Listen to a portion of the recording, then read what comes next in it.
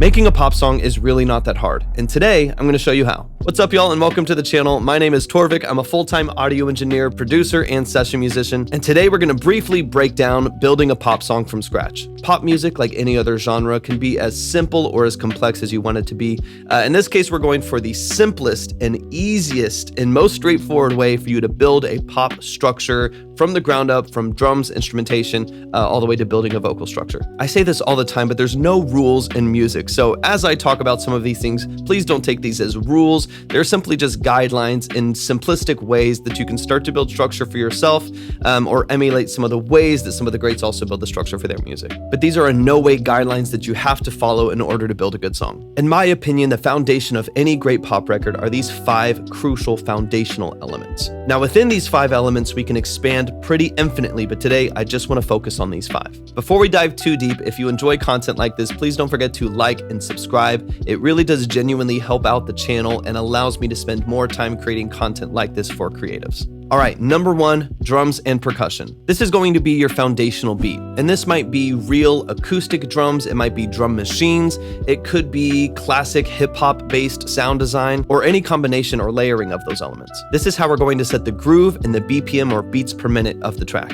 Number 2, a bass instrument. For me, this could be any number of instruments or combination of instruments that fill out the lower frequencies of the production in the mix. Typically speaking, this is going to be an electric bass or a synth bass, maybe something like the Poly D or the Mini Moog like we have back there, a sub bass, or maybe even a low pad. This, of course, is going to become the root note and the cornerstone of your chord progression. And of course, this can add a lot of texture and character to the mix as well. Number 3 is your mid-level instrument. I also like to call this your progression carrier. There's an infinite number of instruments that can fill this role, but this might be chords on a piano, a Rhodes, or a Juno 106 synth. This could be a rhythm, electric, or acoustic guitar, or any number of options that fill the role of being an instrument that carries the progression and the movement of the song. This instrument would typically be accentuated and carried by the root note played by the bass instrument below it. Number 4 is your high or lead instrument. Just like any of the other 5 elements here, there's many different options that you can use to fill this void in your mix or in your production. Again, this could be a lead electric guitar line, this could be a melody on a high synthesizer, this could be an arpeggiator or a high violin, or maybe even a chopped up vocal sample. In many different genres, but definitely in pop music, oftentimes this high or lead element can become a secondary hook with its melodies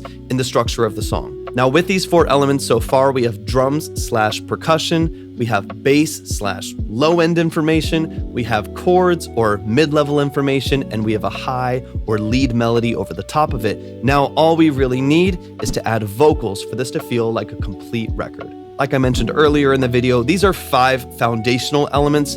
Within those 5, you can kind of go crazy. You might have a rhythm acoustic and 2 rhythm electrics, plus some chords on a Juno and an organ and a piano underneath it all. You might have a sub bass and a higher synth bass and a sidechain pad tied to it all. You might have a flowy arpeggiator that's auto panning in the background with a lead melody done on the electric guitar. There really are endless ways that we can expand this, but it really does just come down to your creative taste and what you want out of the specific record and production that you're working on. Now, we could talk about this all day, but I figure there's no better way to showcase this than to just do it right now. So let's get into it. All right, as you can see, we are now in Pro Tools, which is my personal DAW of choice, but all of this applies to any DAW that you happen to be using. I've got nothing on here but my click track, my vocal chain, and a limiter on the master. For this track, I have the BPM set at 105 beats per minute, which for me feels like a good pace for the record that I want to create today. The first thing I'm going to do, just because this helps me out, is choose a progression, the chord progression that I want for this song, because that's how I'm going to build out the rest of my instrumentation. It's how I'm going to choose my bass line, but I'm going to do this as a scratch track. When I say scratch track, what I mean is I'm going to use an instrument to build that progression, but this is not an instrument that I'm going to use in the final production. This is just so that I can build around it in a way that feels more cohesive and a bit more put together. In my case, I'm going to use a piano for this scratch track. Of course, you can use absolutely anything. I'm going to use this piano to build the progression of the song, and then I'll scratch it later.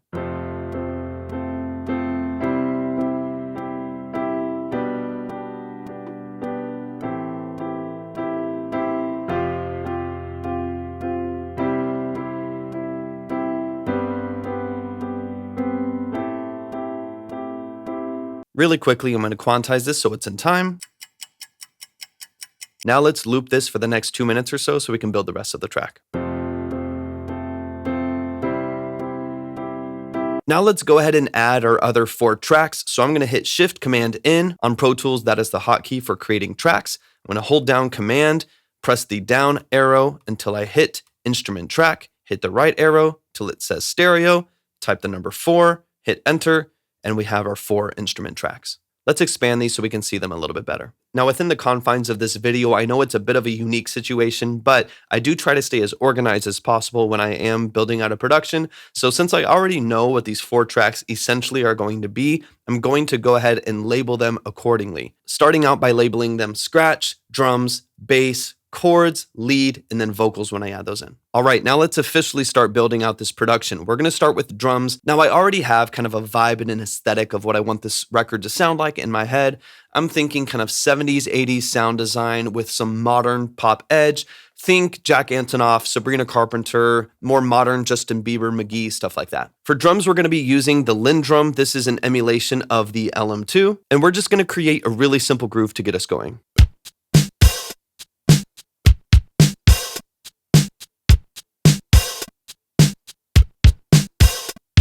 Now that we've programmed the groove, I'm going to go into the MIDI and velocity and make some changes to make this exactly what I want it to be.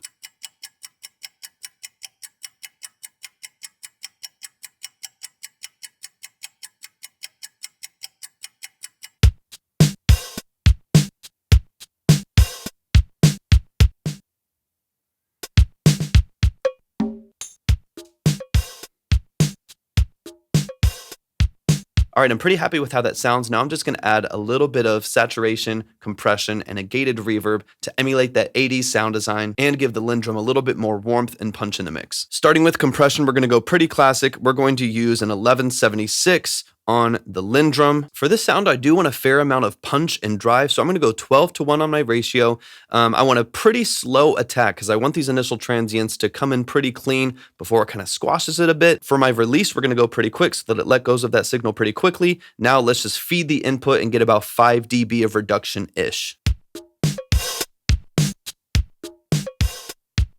I'm liking about 5 or 6 dB of reduction there. Now for some saturation and harmonics, we're gonna go down here. My favorite for drums, I use this on almost every single record, is Decimort 2. I love the way that this just kind of breaks open the signal at the top end. It does an amazing, amazing job. So we're gonna resample at the highest frequency. I'm really not looking for too much degradation there. No jitter, and I'm just gonna push this preamp until I start to hear that break up in that saturation.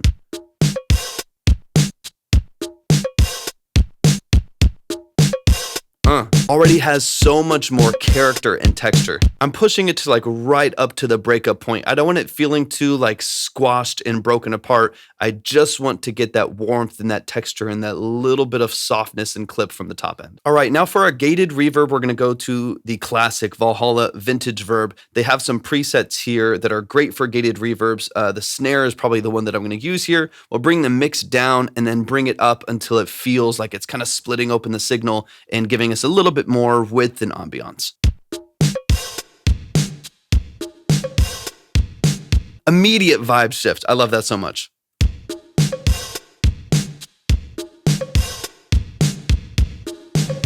Push it to the extreme a little bit, see how it feels. Let's go about 15%. I'm going to drop the pre-delay down just a little bit, and I'm also going to lift this low cut to about 200 hertz, so it's not affecting too much of like the subharmonics of the kick and snare and stuff like that, so it doesn't get too muddy.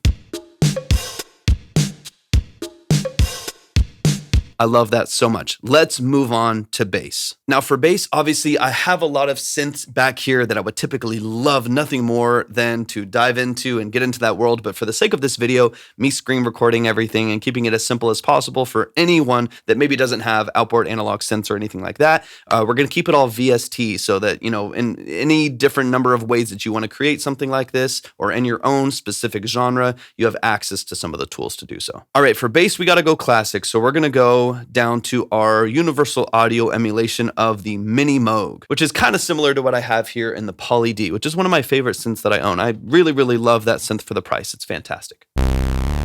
Really quick, let's bring in our piano scratch track so we can have a reminder of the progression. I know we're in C major for this song.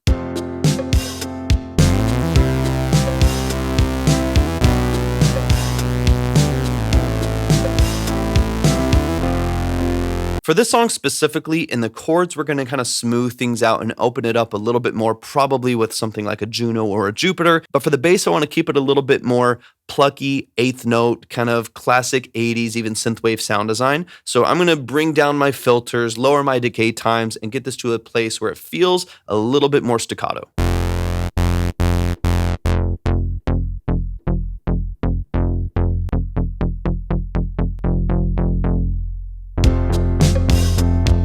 All right, let's go ahead and track this over the piano.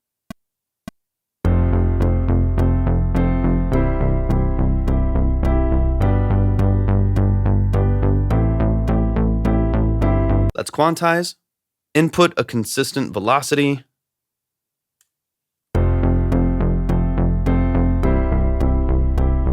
One thing I want to do for this bass is add a bit of chorus. I'm going to go to one of my favorite choruses that I use. This is the Studio D chorus from Roland. It's emulating the Roland Studio D chorus. In this case, this is one from Universal Audio. We're going to go ahead and use chorus 1. It's a little bit slower, and see how this impacts the mini Moog. Beautifully, I might say. It gives it width, it gives it openness. And now without the scratch track, we can kind of see how this song could take shape without the annoying contemporary piano in the background. It's starting to feel a little bit more like what I want it to.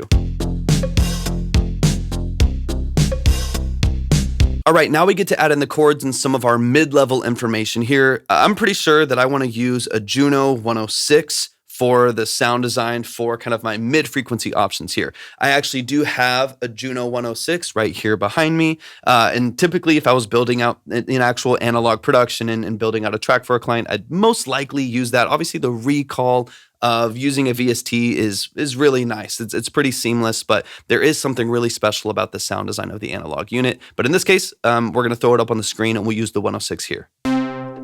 All right, now without anything playing, let's mess around with some sound design. Let's make some changes to the presets that are here in order to find something that really makes sense for the song. I also kind of want a mid-level melody in here that maybe will complement with our lead melody coming up later.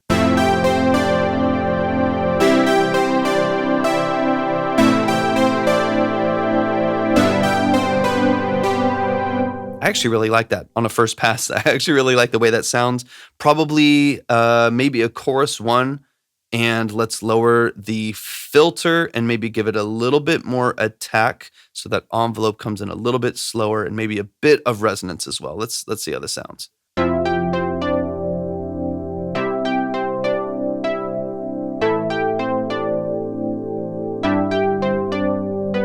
That's more in the vein of what I'm looking for. It's a little bit dry. Let's give it a little bit of noise. I actually do like chorus 2 better. I love a little bit of that classic 80s resonance. It just gives so much texture and character to a synth. You push it a little bit. That's a little much. I think that's the sweet spot. I'm going to come down here and add just a little bit of a ping pong delay to the Juno 106 and then add a bit of reverb as well. And let's see how this sounds.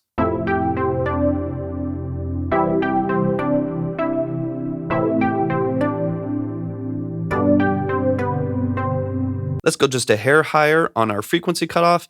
And let's go ahead and lift this high pass filter to about 80 right here, because we already have the mini Moog underneath taking care of a lot of those low frequencies, but I still want the sub harmonics on here. I still want that sub oscillator. I still want some meat behind the sound because I don't have a lot of instrumentation. I just don't want it to be interrupting where the mini Moog sits in the mix too much. I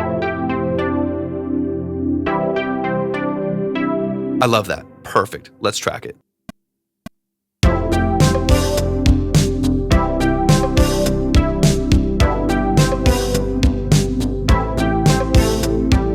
Let's quantize and loop it. This is sounding pretty beautiful so far. I'm really, really liking this. The last thing that I want to do is add a high lead melody. I'm thinking something that might be almost a harmony to the Juno melody that I have with the chords, just a little bit above it, maybe like a third kind of counter melody that walks down with some other filler in there. I think a great option for something like this would be kind of staying in theme with the 80s would be a DX7. So we're going to go with the DX7.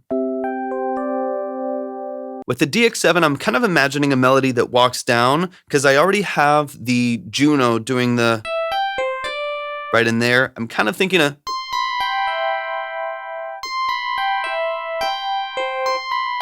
something like that creates like a harmony over the top and a nice little counter melody, and I can have some other kind of fillers over the top.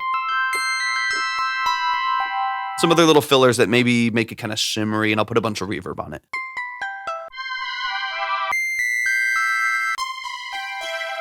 All right, we're gonna use the Claviano 1017 preset on the DX7. Another thing that I wanna do here is actually add a Juno chorus to it. So I do have a Juno 60 chorus here that allows me to add this plugin to any other plugin that I have on here, any other VST that I have on here. I'm gonna go ahead and use the first circuit for the chorus here. And then I do also wanna add a nice bright, maybe like a plate reverb over the top of this as well. Once again, I want it to be nice and shimmery over the top of everything else. So I am gonna go pretty long with the reverb. We're gonna go about 3.5 seconds here.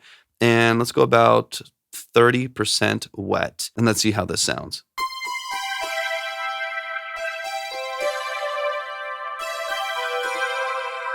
I love that so much. So much. Let's turn this down just a little bit. I'm going to use this as a counter melody to the Juno 106. So the Juno 106 is going to go through its little dun dun dun dun, and then I'm going to counter that with a different melody or a complementary melody with the DX7. Let's see how this sounds.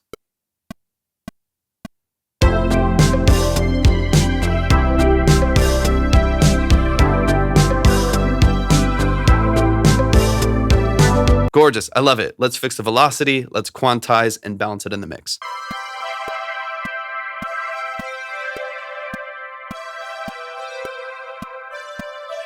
Now that we've added the 4 layers of instrumental to the song, I do want to get into vocals, but before I do that, I want to build some sort of a structure. Now, I'm not writing and producing an entire song with a verse, chorus, bridge, and another chorus. I just want to create a short and distinct verse that leads into a catchy, simple hook so we can kind of see how the song would build out with these incredibly simple layers. And the way I'm going to build this structure is incredibly simple, and it's using only what I already have in the production. So what I'm going to do for the first part of the verse, there's going to be an A and B section, almost like a verse and a pre-hook, if you will. On the first part, I'm only going to have the mini moog and the drums. On the B section of that verse, I'm just going to add in the chords from the Juno. I call this stair-stepping dynamics. We're just adding elements one at a time until the song really blooms. So we have a drier bass and drum, then we add in our chord progression as well with the Juno 106. And then when we finally get to the chorus, in order to make it really dynamic, we're going to add not only the lead melody from the Juno 106, but the high lead melody and counter melody from the DX7 as well. So the song really gets bright and open and wide once we get to the chorus. Now I need to write a song over this. And if y'all would like more songwriting videos and videos on structuring and formatting your music, especially in this genre or any similar genre, definitely leave a comment below. That way I know that it would be something that y'all are interested in, and I can create more videos in that vein. All right, this song, or the version that we're loosely working on today, is complete, but before we give it a full listen, please don't forget to like this video if you enjoy this kind of content and subscribe to the channel. It helps us out so much, and it allows us to be able to do this more often and give y'all entertaining and informational videos that have to do with the thing that you're very passionate about. So don't forget to like and subscribe. Now let's get into the track and let's give it a listen. It's midnight, stage fright, time is in the palm of your hand, your hands. It's fight or flight, my heart beats like a drum in my chest, my chest. Oh, I've been told this love would never fall in my hands, but here you are, you're changing every one of my plans, and now we're dancing in the moonlight, center of town, we're floating in the clouds with our feet on the ground, and we're falling